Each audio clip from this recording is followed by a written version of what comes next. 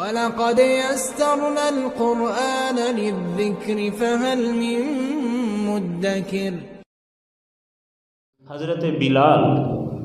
حضرت بلال مؤذن رسول، 12 ربیع الاول اللہ کے نبی کا انتقال، آپ دنیا سے چلے گئے ظہر سے پہلے ظہر کی نماز کا جب وقت ہوا، جب ٹائم ہوا،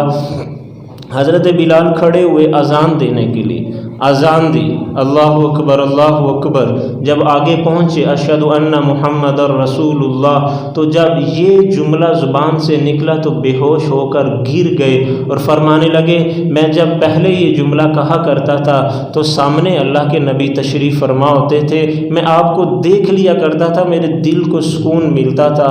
آج جب یہ جملہ کہا ہے آپ سامنے نہیں ہیں، میں قسم اٹھاتا ہوں کہ بلال آج کے بعد اذان نہیں دے گا، بلال آج کے بعد اذان نہیں دے گا، بلال اذان دے ہی نہیں سکتا۔ مدینہ میں رہنا دشوار ہو گیا، چونکہ اللہ کے نبی کے ساتھ رہنے کے وہ عادی تھے، جب آپ دنیا سے چلے گئے حضرت بلال سے ساتھ رہا نہ گیا، تو اجازت لے کر حضرت ابوبکر صدیق سے ملک شام جہاد پہ چلے گئے۔ تقریباً 1 سال یا 6 ماہ کا عرصہ گزرا تو حضرت بلال کو خواب آیا، حضرت بلال کو خواب آیا، اللہ کے نبی خواب میں کہا بلال یہ کیا بے وفائی ہے، ہمیں ملنا ہی چھوڑ دیا، بلال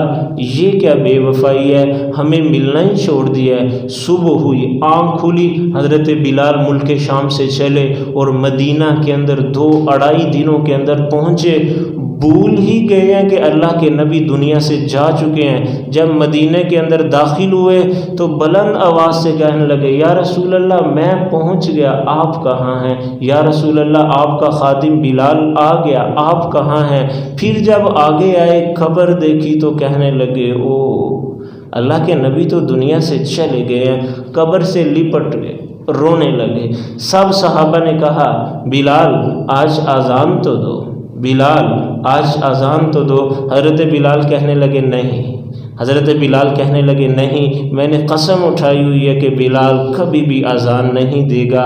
اب سب صحابہ منتیں کر رہے ہیں بلال، لیکن حضرت بلال مان نہیں رہے۔ حضرت ابوبکر کے دل کے اندر ایک ترکیب آئی،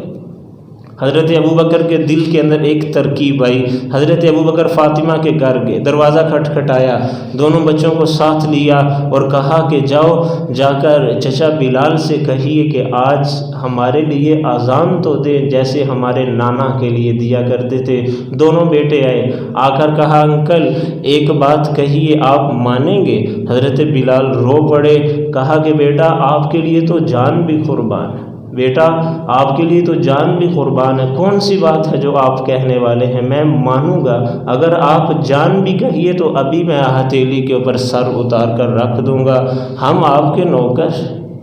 ہم آپ کے غلام، آپ کے غلاموں کے غلام، کہیے تو صحیح کیا کہنا چاہتے ہو؟ دونوں نے کہا چچا جیسے ہمارے نانا کے لیے اذان دیتے تھے آج ہمارے لیے بھی دیجیے،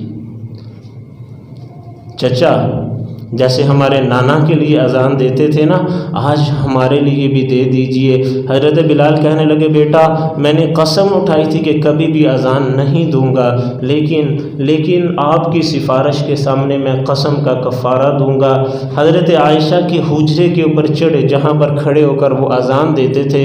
ابھی صرف ایک جملہ کہا اللہ اکبر، پورے مدینے کے اندر کوہرام مچ گیا، دور نبوت یاد آ گیا، عورتیں ننگے سر ننگے پاؤں باہر بھاگیں اور ایک ہی نعرہ لگا رہی تھی ابو عیسیٰ رسول اللہ، کیا اللہ کے نبی دوبارہ تشریف لے آئے؟ ابو عیسیٰ رسول اللہ، کیا اللہ کے نبی دوبارہ تشریف لے آئے؟ ابو بکر نے کہا نہیں، یہ صرف مؤذن رسول تشریف ہے، اللہ کے نبی نہیں آئے، صرف مؤذن رسول تشریف لائے ہیں۔ بلال اذان پوری نہیں کر سکے، وہیں بے ہوش ہو کر گر گئے، صحابہ اٹھا کر ان کو ایک سائڈ پر لے گئے اور کہنے لگے کہ آج کے بعد بلال سے کوئی بھی سفارش نہ کرے، بلال اذان نہیں دے سکتا۔ بلال کا جو تعلق تھا، بلال کا جو پیار تھا، بلال نبی کے بعد اذان نہیں دے سکتا، آج کے بعد بلال سے کوئی بھی نہ کہے کہ کوئی اذان دے، ان کا آپس کے اندر تعلق یوں تھا۔ ان کا آپس کے اندر پیار یوں تھا